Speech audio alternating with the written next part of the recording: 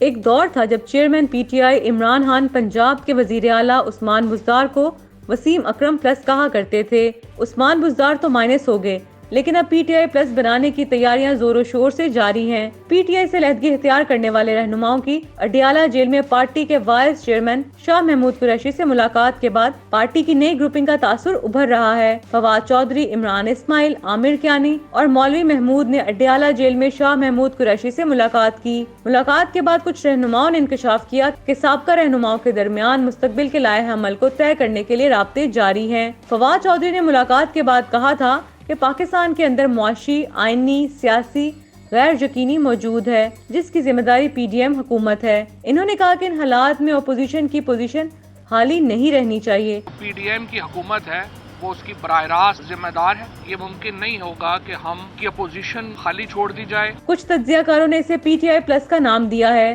لیکن اب اس ملاقات سے متعلق وضاحتیں سامنے آ رہی ہیں۔ پی ٹی آئی کے سابق جنرل سیکرٹری اسد عمر کا کہنا ہے کہ فواد چودھری جو کر رہے ہیں میں اس میں ایکٹیو نہیں ہوں۔ فواد چودھری کے اس بیان کے بعد اثر کیسد سمیت تحریک انصاف کے متعدد رہنماؤں نے ان سے رابطوں کی تردید کی۔ شاہ محمود قریشی کے بیٹے زین قریشی کا کہنا ہے کہ اڈیالہ جیل میں تحریک انصاف کے سابق رہنماؤں سے شاہ محمود قریشی کی ملاقات پر میڈیا میں جو تاثر دیا جا رہا ہے میں اس کی تردید کرتا ہوں۔ مہدوم صاحب پارٹی کے وائس چیئرمین ہیں اور پی ٹی آئی ایک نظریے کا نام ہے۔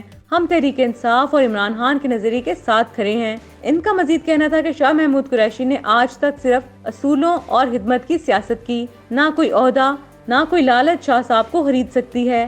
کل بھی عمران خان کے ساتھ تھے اور آج بھی ہیں۔ اس پلان کا اندازہ خود عمران خان کو بھی ہے۔ وہ کئی مرتبہ کہہ چکے ہیں کہ اگر ملک کی خاطر پیچھے ہٹنے کو تیار ہیں اور لگتا ہے اب وہ وقت زیادہ دور نہیں۔